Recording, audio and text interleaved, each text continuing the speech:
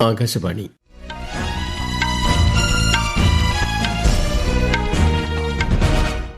നമസ്കാരം. വാർത്തകൾ വായിക്കുന്നത് തുളസീദാസ് പരമേശ്വരൻ.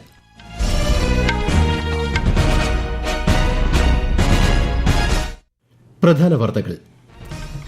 കേരളത്തിൽ മന്ത്രിസഭാ രൂപീകരണവുമായി ബന്ധപ്പെട്ട ചർച്ചകൾ ഊർജിതം. നിയുക്ത UDF MLA-മാരുമായുള്ള ചർച്ചകൾക്ക് ശേഷം AICC നിരീക്ഷകർ ഡൽഹിയിലേക്ക് മടങ്ങി.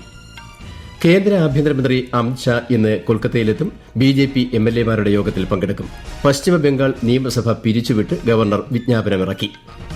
തമിഴ്നാട്ടിൽ സർക്കാർ രൂപീകരണത്തിലെ അനിശ്ചിതത്വം തുടരുന്നു. TVK അധ്യക്ഷൻ വിജയ് സർക്കാർ രൂപീകരണവുമായി ബന്ധപ്പെട്ട് ഗവർണറുമായി വീണ്ടും കൂടിക്കാഴ്ച നടത്തി.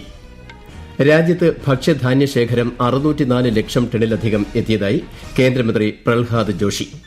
കേരളത്തിൽ ഒറ്റപ്പെട്ട ശക്തമായ മഴ തുടരും. 4 ജില്ലകളിൽ ഇന്ന് മഞ്ഞ ജാഗ്രത. IPL ക്രിക്കറ്റിൽ റോയൽ ചലഞ്ചേഴ്സ് ബംഗളൂരുവിനെതിരെ ലക്നൌ സൂപ്പർ ജയന്റ്സിന് 9 റൺസ് ജയം. വാർത്തകൾ വിശദമായി. കേരളത്തിൽ മന്ത്രിസഭാ രൂപീകരണവുമായി ബന്ധപ്പെട്ട ചർച്ചകൾ ഊർജിതം. AICCയുടെ നിരീക്ഷകർ മുഖ്യമന്ത്രിയെ തീരുമാനിക്കുന്നത് സംബന്ധിച്ച് ഇന്നലെ തിരുവനന്തപുരത്ത് ചർച്ച നടത്തിയ ശേഷം ഡൽഹിക്ക് മടങ്ങി. കൂടുതൽ വിവരങ്ങളുമായി ആകാശവാണി ലേഖകൻ സ്മിതി M. പള്ളുരുത്തി. സംസ്ഥാനത്തെ പുതിയ മുഖ്യമന്ത്രിയെക്കുറിച്ചുള്ള പ്രഖ്യാപനം ഞായറാഴ്ച ഡൽഹിയിൽ നിന്നുണ്ടാകും എന്നാണ് പ്രതീക്ഷിക്കുന്നത്.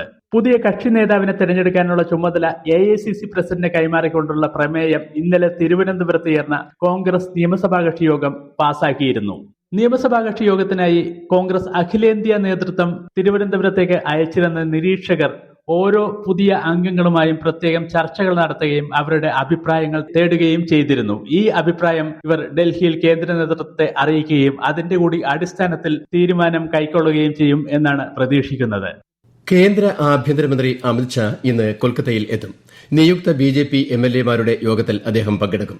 പുതിയ നിയമസഭാ കക്ഷി നേതാവിനെ യോഗത്തിൽ തെരഞ്ഞെടുക്കും. നാളെ കൊൽക്കത്തയിലെ ബ്രിഗേഡ് പരേഡ് ഗ്രൌണ്ടിൽ നടക്കുന്ന സത്യപ്രതിജ്ഞാ ചടങ്ങിനുള്ള ഒരുക്കങ്ങൾ പുരോഗമിക്കുകയാണ്.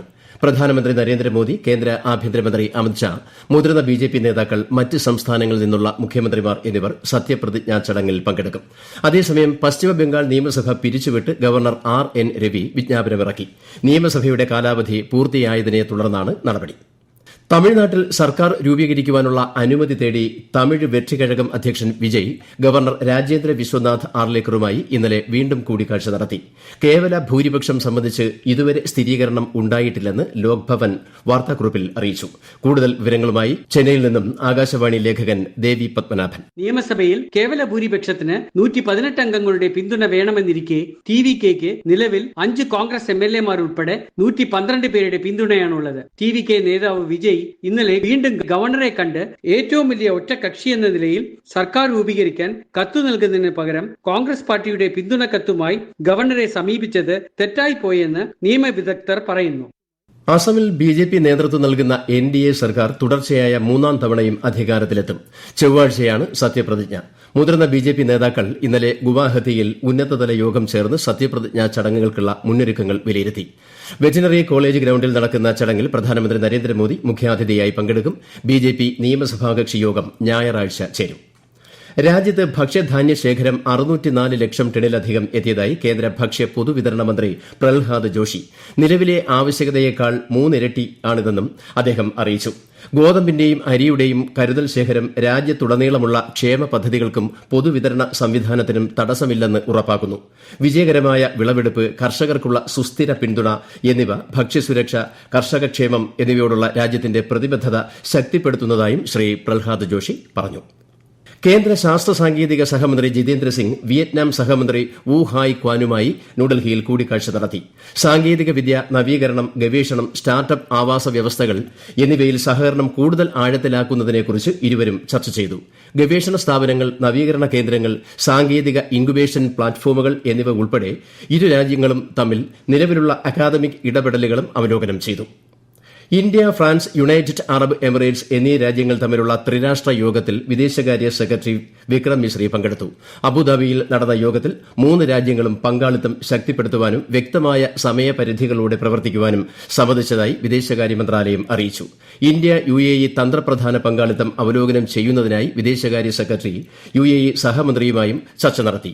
വ്യാപാരം, നിക്ഷേപം, ഊർജ്ജം, പ്രതിരോധം, ഫിൻടെക്, ആരോഗ്യം, വിദ്യാഭ്യാസം, സംസ്കാരം, ജനങ്ങൾ തമ്മിലുള്ള ബന്ധം എന്നിവയിലെ പുരോഗതിയെക്കുറിച്ച് ഇരുവരും ചർച്ച ചെയ്തു.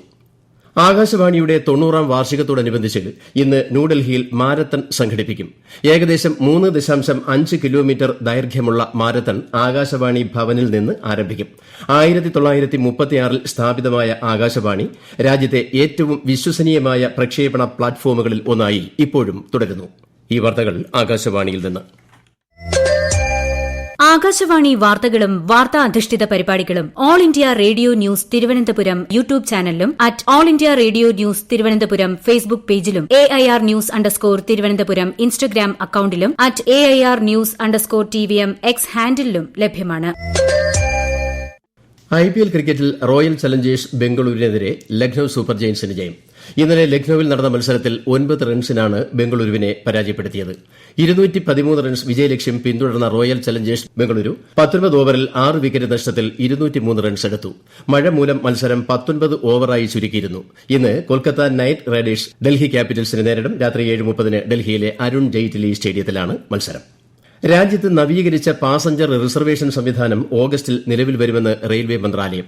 40 വർഷം പഴക്കമുള്ള റിസർവേഷൻ സംവിധാനമാണ് പുതിയ രീതിയിലേക്ക് മാറുന്നത്. ഒരു റിപ്പോർട്ട്. 1986 ആദ്യമായി അവതരിപ്പിച്ച നിലവിലെ റിസർവേഷൻ സംവിധാനം കഴിഞ്ഞ 40 വർഷത്തിനിടെ നിരവധി ചെറിയ മാറ്റങ്ങൾക്ക് വിധേയമായിട്ടുണ്ടെങ്കിലും ഇപ്പോൾ പൂർണ്ണമായും പരിഷ്കരിച്ചിരിക്കുകയാണ്. 2002 ഇന്റർനെറ്റ് അധിഷ്ഠിത ടിക്കറ്റ് ബുക്കിംഗ് ആരംഭിച്ചതിനു ശേഷം ഇന്ത്യൻ റെയിൽവേ പൂർണ്ണമായും ഡിജിറ്റൽ സാങ്കേതിക വിദ്യയിലേക്ക് മാറി. ഇതിന്റെ ഭാഗമായി കഴിഞ്ഞ വർഷം ജൂലൈയിൽ റെയിൽ വൺ മൊബൈൽ ആപ്പ് അവതരിപ്പിച്ചു. ചുരുങ്ങിയ കാലയളവിനുള്ളിൽ ഈ ആപ്പിന് യാത്രക്കാർക്കിടയിൽ മികച്ച പ്രതികരണം ലഭിച്ചു.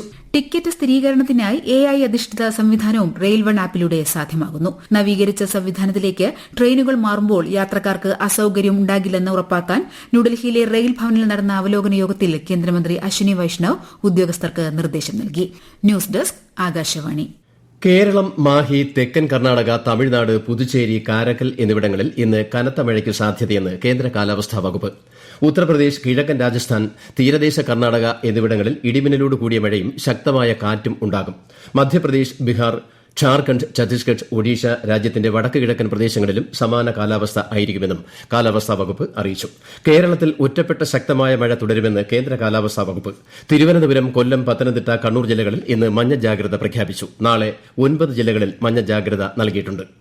ഉചിതമായ പൊതുജനാരോഗ്യ നടപടികൾ വേഗത്തിലും ഫലപ്രദമായും നടപ്പിലാക്കുകയാണെങ്കിൽ ഹാൻഡ വൈറസ് ബാധയുടെ തോത് കുറയ്ക്കാൻ കഴിയുമെന്ന് WHO മേധാവി Tedros Adhanom Ghebreyesus. Hanta virus കേസുമായി ബന്ധപ്പെട്ട് ജനീവയിൽ മാധ്യമങ്ങളോട് സംസാരിക്കുകയായിരുന്നു അദ്ദേഹം. അർജന്റീനയിലെ ലബോറട്ടറികളിൽ നിന്ന് 5 രാജ്യങ്ങളിലേക്ക് ഏകദേശം 2500 ഹാൻഡ വൈറസ് ഡയഗ്നോസ്റ്റിക് കിറ്റുകൾ അയച്ചതായി WHO അറിയിച്ചു. അതേസമയം ഡച്ച് ക്രൂയിസ് കപ്പൽ MV ഹോണ്ടിയസിൽ ഹാൻഡ വൈറസ് ബാധയെ തുടർന്ന് 3 യാത്രക്കാരാണ് മരിച്ചത്. ഇന്ന് അന്താരാഷ്ട്ര റെഡ് ക്രോസ് ദിനം. ഐക്യം, സന്നദ്ധ പ്രവർത്തനം, പ്രതിസന്ധി ഘട്ടങ്ങളിൽ സഹായം എന്നീ മാനുഷിക ശ്രമങ്ങൾക്ക് പ്രാധാന്യം നൽകുന്നതിനായാണ് ഈ പ്രസ്ഥാനം ആരംഭിച്ചത്. റെഡ് ക്രോസ് സ്ഥാപകൻ ഹെൻറി ഡുനന്റിന്റെ ജന്മദിനമായ മെയ് 8-നാണ് എല്ലാ വർഷവും ഈ ദിനം ആചരിക്കുന്നത്. മാനവികതയിൽ ഐക്യം എന്നതാണ് ഈ വർഷത്തെ പ്രമേയം. ചൈനയിലെ ഷാങ്ഹായിൽ നടക്കുന്ന ലോകകപ്പ് അമ്പെയ്ത്ത് 2ാം ഘട്ടത്തിൽ ദക്ഷിണ കൊറിയയ്ക്കെതിരായ തകർപ്പൻ ജയത്തോടെ ആദ്യ മെഡൽ ഉറപ്പിച്ച് ഇന്ത്യയുടെ വനിതാ റിക്കർവ് ടീം. 10 തവണ ഒളിമ്പിക് ചാമ്പ്യന്മാരായ കരുത്തരായ ദക്ഷിണ കൊറിയയെ സെമിഫൈനലിൽ അട്ടിമറിച്ചാണ് ഇന്ത്യൻ ടീം ഈ നേട്ടം കൈവരിച്ചത്. പരിചയസമ്പന്നരായ ദീപിക കുമാരി, അങ്കിത ഭഗത്, കൌമാരതാരം കുംകും മോഹോദ് എന്നിവർ അടങ്ങുന്ന സംഘം കൊറിയൻ ടീമിനെ 5-1 എന്ന സ്കോറിനാണ് പരാജയപ്പെടുത്തിയത്. ഇതോടെ ഞായറാഴ്ച നടക്കുന്ന സ്വർണ്ണ മെഡലിനായുള്ള പോരാട്ടത്തിൽ ഇന്ത്യ 2ാം സീഡായ ചൈനയെ നേരിടും. പ്രധാന വാർത്തകൾ വീണ്ടും. കേരളത്തിൽ മന്ത്രിസഭാ രൂപീകരണവുമായി ബന്ധപ്പെട്ട ചർച്ചകൾ ഊർജ്ജിതം. നിയുക്ത UDF MLA-മാരുമായുള്ള ചർച്ചകൾക്ക് ശേഷം AICC നിരീക്ഷകർ ഡൽഹിയിലേക്ക് മടങ്ങി. കേന്ദ്ര ആഭ്യന്തരമന്ത്രി അമിത്ഷാ ഇന്ന് കൊൽക്കത്തയിലെത്തും. BJP MLA-മാരുടെ യോഗത്തിൽ പങ്കെടുക്കും. പശ്ചിമബംഗാൾ നിയമസഭ പിരിച്ചുവിട്ട് ഗവർണർ വിജ്ഞാപനമിറക്കി. തമിഴ്നാട്ടിൽ സർക്കാർ രൂപീകരണത്തിലെ അനിശ്ചിതത്വം തുടരുന്നു. TVK അധ്യക്ഷൻ വിജയ് സർക്കാർ രൂപീകരണവുമായി ബന്ധപ്പെട്ട് ഗവർണറുമായി വീണ്ടും കൂടിക്കാഴ്ച നടത്തി. രാജ്യത്ത് ഭക്ഷ്യധാന്യ ശേഖരം 604 ലക്ഷം ടണ്ണിലധികം എത്തിയതായി കേന്ദ്രമന്ത്രി പ്രഹ്ലാദ് ജോഷി.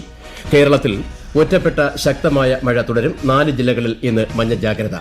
IPL ക്രിക്കറ്റിൽ റോയൽ ചലഞ്ചേഴ്സ് ബംഗളൂരുവിനെതിരെ ലക്നൌ സൂപ്പർ ജയന്റ്സിന് 9 റൺസ് ജയം. വാർത്തകൾ കഴിഞ്ഞു. അടുത്ത വാർത്താ പ്രക്ഷേപണം ഉച്ചയ്ക്ക് 12:30.